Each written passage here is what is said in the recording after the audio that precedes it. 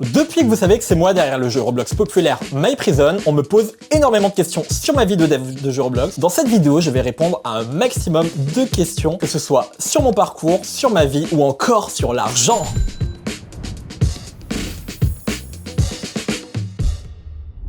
Alors première question, comment as-tu trouvé ta passion pour le développement de jeux Roblox et pourquoi j'ai lancé cette chaîne YouTube? Tout remonte à quand j'étais au collège et que j'ai reçu mon premier téléphone. Je jouais beaucoup au jeu Boom Beach et à ce moment-là, j'y connaissais rien au développement de jeux vidéo, mais je me suis dit ah mais ça doit être marrant de créer des jeux. Plus tard, j'ai essayé d'installer des moteurs de jeux, donc c'est des logiciels pour pouvoir développer des jeux. Alors j'avais essayé d'installer Unreal Engine et Unity, c'est les deux moteurs de jeu les plus connus. Le problème c'est que mon PC il était pas assez puissant pour les faire tourner. Et quand j'ai découvert Roblox et qu'on pouvait créer nos propres jeux, j'y suis devenu totalement addict. Maintenant, pourquoi j'ai créé cette chaîne YouTube? C'est parce que quand j'étais plus petit, j'avais une passion pour les vidéos YouTube, je m'amusais à en créer et tout, mais j'avais laissé ça de côté quand je me suis focus vraiment sur le développement de jeux vidéo et tout. Du coup, j'avais envie de refaire des vidéos. Et vu que maintenant j'adore créer des jeux Roblox et que c'est mon métier, je me suis dit, quoi de mieux que vous faire des vidéos où je vous parle de ça, je vous raconte plein de choses en lien avec la vie de dev Roblox, etc. Comment t'as commencé à développer des jeux? Est-ce que t'as appris avec les cours ou est-ce que t'as regardé des tutos? Alors en fait, ça remonte à quand je suis né, ma mère c'était un robot. Hi mom. Hi, sweetie.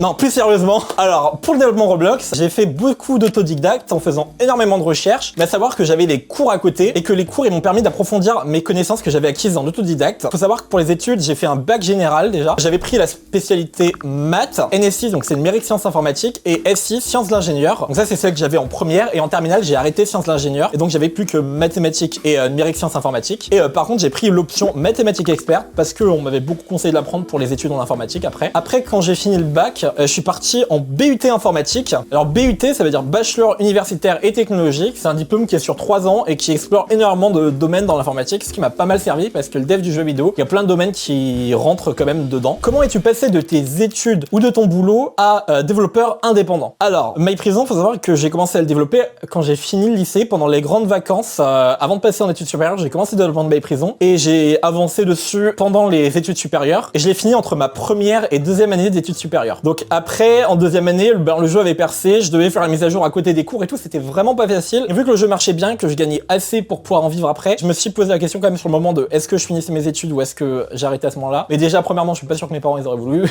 Deuxièmement, je me suis dit, je suis déjà quasiment à la moitié de mes études, donc autant que je les finisse, histoire d'avoir un diplôme. Comme ça, après, si je suis à plein temps et que ça me plaît plus, j'ai toujours le diplôme pour pouvoir trouver un travail ou pour pouvoir poursuivre mes études. C'est une fois que j'ai fini mon BUT informatique, je me suis arrêté à ce moment-là. D'ailleurs, quand tu finis tes études comme ça, que t'as un bac plus 3 et que t'as un avis très favorable pour aller encore faire un master ou une école d'ingé, c'est pas facile d'annoncer à mes parents que je voulais faire ça. Pour l'anecdote, j'aurais dit que j'allais faire une année sabbatique d'abord pour tester comment ça se passe. C'était vraiment le cas puisqu'il fallait aussi que je vois si ça me plaît. Si ça se trouve, ça m'aurait pas plu, mais du coup ça me plaît. Ça s'est bien passé, je gagne assez et ça continue toujours. Donc maintenant je suis à plein temps sur ça et c'est cool puisque c'est ce que je rêvais de faire et ça me plaît, ça me correspond. Donc je continue et je lâche pas. D'ailleurs, avant de passer à la question suivante, si t'aimes bien le fait que je fais plein de vidéos en lien avec le milieu du dev de jeux Roblox, sur comment ça se passe la vie d'un développeur, les différents événements qu'il y a, etc. N'hésite pas à t'abonner pour pas louper les prochaines vidéos, que tu sois un développeur de jeux Roblox ou que tu sois un joueur curieux. Et si cette vidéo vous plaît, n'hésitez pas à me le faire savoir avec un pouce bleu. Ça me permettra de savoir que ça vous plaît pour que je continue à faire des vidéos du genre. Comment trouver une idée de jeu qui va percer? Alors c'est pas compliqué, il suffit d'être un génie comme moi.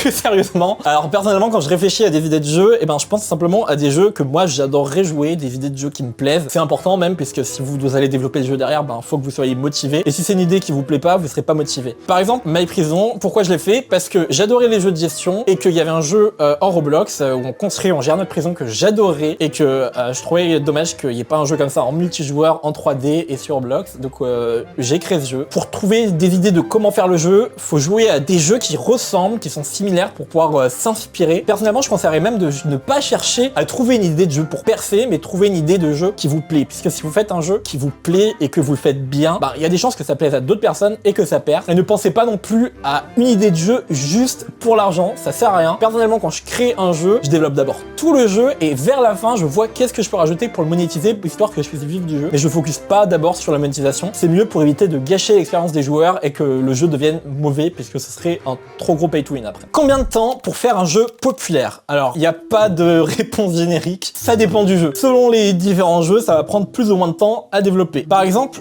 pour My Prison, ça m'a pris 1 an à le développer à côté de mes études. C'est un jeu qui est assez conséquent, c'est pour ça que ça a pris autant de temps. Mais par exemple, Where Santa Story, il m'a pris que 2 mois à être développé. C'est un jeu moins conséquent, pourtant il a aussi bien marché. Il y a un nouveau jeu où ça fait des années que je suis en train de le développer. Il prend beaucoup plus de temps parce que c'est un jeu beaucoup plus technique et beaucoup plus conséquent. Et puis mon prochain jeu là, ça fait 6 mois que je bosse dessus et il va bientôt sortir. Après, il y a des jeux très populaires qui ont pris des années, comme par exemple Deep Woken. Tout comme il y a certains jeux populaires qui ont pris beaucoup moins de temps à être développés. Ça dépend vraiment des jeux et il n'y a pas de réponse générique. C'est possible de faire un jeu qui devient populaire en 1 semaine, comme ça peut prendre des années. Comment devenir un développeur Lua avancé? Eh ben ça vient tout seul, sinon c'est juste que vous êtes débile. Plus sérieusement, c'est une question un peu technique pour ceux qui n'ont pas compris. Alors Lua, c'est le langage de programmation qu'on utilise sur Roblox. Il n'y a pas de secret, comme dirait Gims. Je crois que je me suis trompé de citation, excusez-moi. Je voulais dire, comme dirait Pierre Dac, c'est en forgeant qu'on devient forgeron, c'est à force de développer que votre niveau va s'améliorer, que vous allez développer votre logique de programmation. Après, il y a quelque chose que vous pouvez faire qui peut vous aider pas mal. Déjà, faut faire des recherches sur des sujets plus avancés en programmation, ce qui vous permettra d'acquérir des compétences complémentaires d'avance, parce qu'on peut pas tout non plus réinventer. Un autre truc que je peux vous conseiller, c'est de rejoindre des communautés Discord de développeurs, puisque ça vous permettra d'échanger davantage avec d'autres développeurs, pour échanger des infos sur des techniques pour faire certaines choses, des frameworks très bien qui existent, etc. C'est vraiment intéressant et ça permet pas mal de progresser. D'ailleurs, si vous voulez pas manquer de poser des questions pour les prochaines FAQ ou de participer à des futures vidéos, n'hésitez pas à me suivre sur TikTok et Instagram puisque c'est là-bas que ça se passe généralement. D'ailleurs, si pendant la vidéo, il y a des questions auxquelles je ne réponds pas, que vous vous posez dans votre tête, n'hésitez pas à les poser en commentaire, j'essaierai de répondre à un maximum de commentaires. Allez, on passe à la prochaine question. Quel est le secret pour percer sur Roblox? Il y a plein de trucs qui sont importants pour ça, je vais essayer d'y répondre de façon simple et efficace. Alors, premier truc, c'est quand vous avez votre jeu, quand vous le sortez, vous pouvez regarder sur le dashboard. Par exemple, je vous montre celui de My Prison, là vous avez tout plein d'indicateurs qui doivent être en vert, comme là. Ça, c'est Roblox qui met en place pour vous aider à régler tous les problèmes qu'il peut y avoir sur votre jeu qui fait qu'il marche pas. Ensuite, maintenant en 2025, c'est important de faire de la pub sur les réseaux sociaux. Faites des TikTok sur votre jeu pour le mettre en avant, etc. Essayez de trouver d'autres TikTokers volontaires pour jouer à votre jeu, faire des vidéos dessus et tout. C'est important de mettre une bonne icône et une bonne miniature à votre jeu. Vous pouvez même maintenant faire de la B-testing sur Roblox, comme sur YouTube. Grâce à ça, vous aurez les logos et miniatures les plus adaptés pour qu'il y ait un maximum de gens qui cliquent sur votre jeu. Ça se rapproche pas mal de YouTube maintenant pour rendre un jeu populaire sur Roblox. Ensuite, faut payer des pubs. C'est important si vous n'avez pas une grande notoriété au début de payer des pubs pour que votre jeu soit vu par pas mal de gens et que Roblox puisse faire des déductions sur comment il doit pousser le jeu dans les recommandations. Une fois que le jeu va être en recommandation, là ce sera plus simple puisqu'il se maintiendra tout seul, il y aura plus forcément besoin de continuer à mettre des pubs à part s'il commence à avoir des coups de mou. Ensuite, si le jeu perce pas instantanément, c'est normal, ça prend du temps à rendre un jeu populaire, faut qu'il rentre dans l'algorithme de Roblox, ça peut prendre plusieurs semaines parfois. My Prison, il a mis 1 mois à percer. Si ça vous intéresse, d'ailleurs, je vous mets en fiche et dans la description la vidéo dans laquelle j'explique comment j'ai créé My Prison et comment je l'ai rendu populaire. Comment devenir un développeur Roblox certifié. Alors ça, c'est pas compliqué, il suffit d'être une star comme moi. Plus sérieusement, alors il y a 2 critères à respecter. Il faut avoir un total de 1 million d'heures cumulées entre tous les joueurs qui ont joué à notre jeu sur les 90 derniers jours. Deuxième point, c'est qu'il faut avoir 10% des revenus de ce jeu au minimum. Par contre, un truc honnêtement, je vois plein de gens qui sont en mode ah j'aimerais trop être certifié et tout, mais ça sert à rien de chercher à avoir l'assertif. L'assertif Roblox, ils la mettent si vous la méritez. Bon, c'est basé sur ces critères-là. Mais personnellement, j'ai jamais cherché à atteindre l'assertif. Je l'ai eu dès que le moment était venu, mais j'avais pas nécessairement envie que quand je joue, il y ait tout le monde qui sont en train de me suivre, de me harceler juste parce que je suis certifié. Ce qui est le cas, ça arrive maintenant depuis que j'ai l'assertif. Il y a plein de gens qui me reconnaissent alors qu'ils me connaissent pas. Profitez du temps que vous l'avez pas, au moins vous êtes tranquille, vous pouvez encore jouer. Est-ce qu'on peut vivre de Roblox et combien tu gagnes? Oui, c'est faisable de vivre de Roblox, puisque c'est ce que je fais. Je fais du développement Roblox à plein temps. Maintenant, combien je gagne? C'est pas compliqué. Je suis millionnaire. Vous pouvez voir, j'ai une Rolex derrière ma chambre. En fait, c'est un fond vert. Il y a une villa avec une piscine. En plus, je fais de l'évasion fiscale.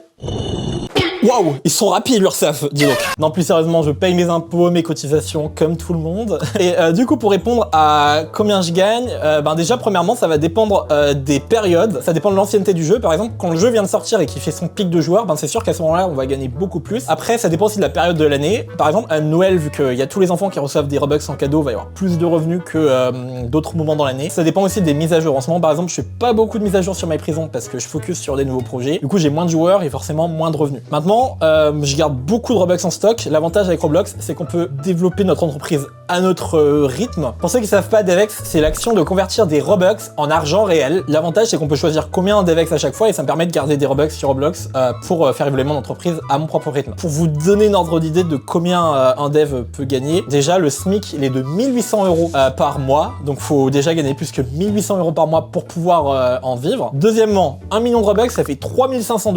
Et voici le cours du dollar actuel. Comme ça, vous voyez combien ça fait à peu près d'euros. Et je Devex selon ce que j'ai besoin chaque mois. Par exemple, il y a des mois où je vais dépenser moins quand je suis tranquille chez moi et tout, que je fais pas beaucoup d'activités. Ou quand je vais aller à des événements comme par exemple la Gamescom, la RDC, là c'est sûr que je dépense beaucoup plus. D'ailleurs, le vlog RDC va bientôt sortir, donc n'hésitez pas à vous abonner et à activer la cloche pour pas louper ça. Et on passe à la prochaine question. Tu te vois comment dans 5 ans et penses-tu arrêter Roblox? Alors dans 5 ans, je pense que j'aurai une meuf. D'ailleurs, je vous mets mon adresse email là. N'hésitez pas à envoyer vos CV si vous êtes intéressé.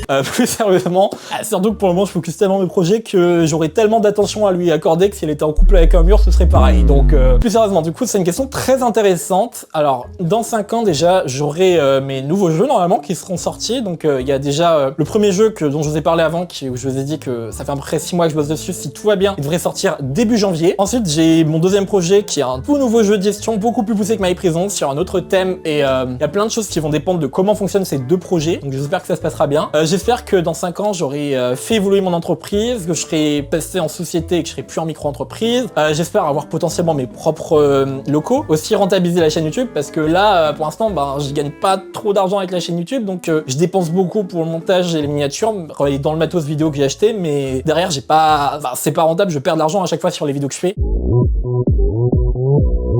Mais c'est pas grave, parce que j'adore vous partager ça, mais j'espère au moins éviter de perdre de l'argent sur ça dans le futur. Après, j'aimerais diversifier aussi mes projets dans d'autres domaines. Il y a plein de projets que j'aimerais faire IRL ou autre. Je sais pas si dans 5 ans, j'aurai encore le temps de coder ou si je passerai mon temps à gérer. On verra ça. J'espère quand même avoir encore un peu le temps de coder, même si je gère beaucoup de choses. Est-ce que je compte arrêter Roblox du coup? Actuellement, Roblox, c'est la plus grosse plateforme de jeu au monde. Genre, elle a dépassé Steam récemment. Et puis, leur moteur de jeu, c'est le meilleur pour les besoins que j'ai actuellement. Ça fait bientôt 9 ans que je suis sur Roblox. Je pense que dans 5 ans, j'y serai toujours. Après, est-ce que j'aurais fait quelques jeux hors Roblox ou pas? Je sais pas, mais 50 ça me paraît court, donc je dirais qu'il y a peu de chance, on verra. J'espère que j'aurai répondu au maximum de questions que vous posez, de façon la plus pertinente possible, comme j'ai essayé. Si ça vous intéresse, je mets ici une autre vidéo de la chaîne, et ici le vlog de la Gamescom, c'est le plus gros événement du jeu vidéo au monde, c'est très intéressant, il y avait même Roblox qui avait un stand là-bas. Sur ce, c'était Flofi, Flofofi, Flofofa.